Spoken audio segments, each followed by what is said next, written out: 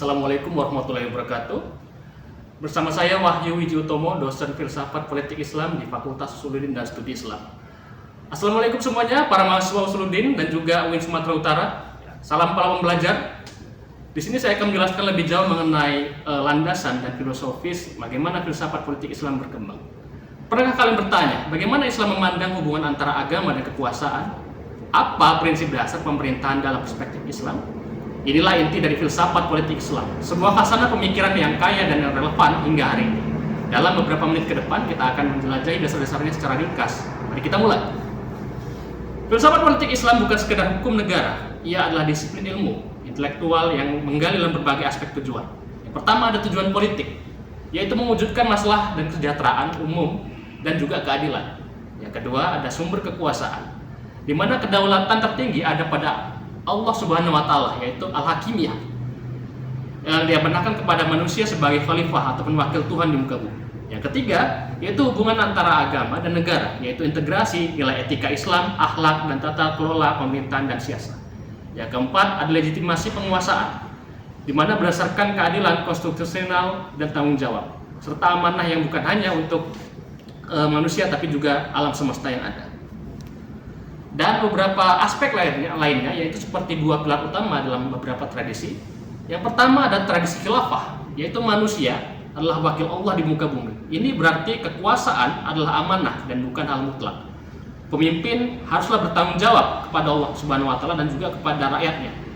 Dengan tujuan ini maka mereka memiliki tujuan, yaitu adalah menegakkan keadilan, melindungi agama, jiwa, akal, keturunan dan harta, yang disebut dengan istilah maqasid asyariah.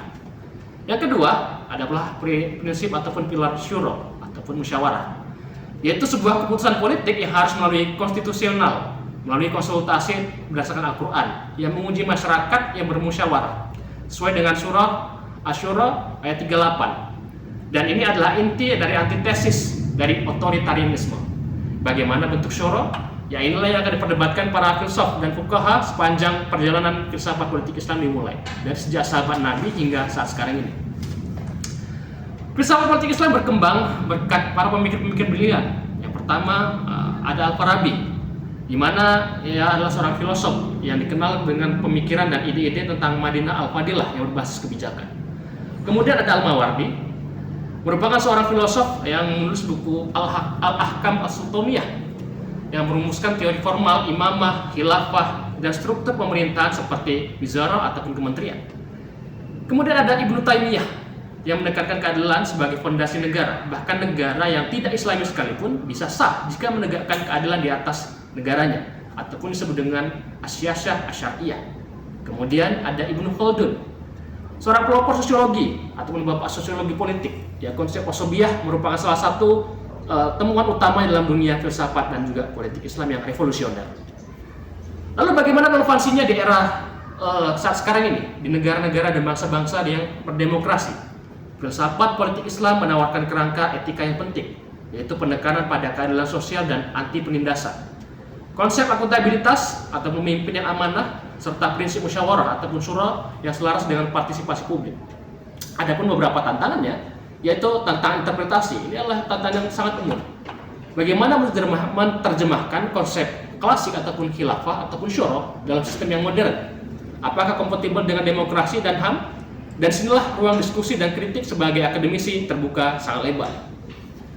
Filsafat politik Islam adalah warisan intelektual yang dinamis. Ia bukan harga mati dan dogma mati, melainkan undang untuk berpikir kritis tentang kekuasaan, keadilan, dan tanggung jawab dalam bingkai nilai Islam. Sebagai penutup, ingatlah pesan Ibnu Khaldun, politik tanpa etika adalah bencana, dan filsafat politik Islam mengajak kita berpikir kritis bagaimana mewujudkan keadilan di era plural saat ini, di mana batas otoritas negara dan mengatur moral menjadi tidak hanya sia-sia semata. Tentu saja tentang filsafat politik Islam ini tidak hanya harus selesai sampai di sini. Ketika Anda masuk ke Usuluddin ataupun UIN Sumatera Utara, prinsip-prinsip filsafat politik Islam akan bisa terus Anda temukan di berbagai aspek dan juga kehidupan masyarakat yang ada. UIN Sumatera Utara dengan moderasi beragamanya yang ditopang oleh nilai-nilai keislaman serta al-hadis dan juga lainnya, dan ilmu-ilmuwan lainnya yang juga menjadi fondasi pilar keutamaan di UIN Sumatera Utara, merupakan fondasi penting dalam membangun masyarakat dan juga negara.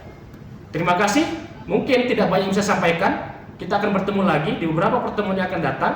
Semangat berjuang.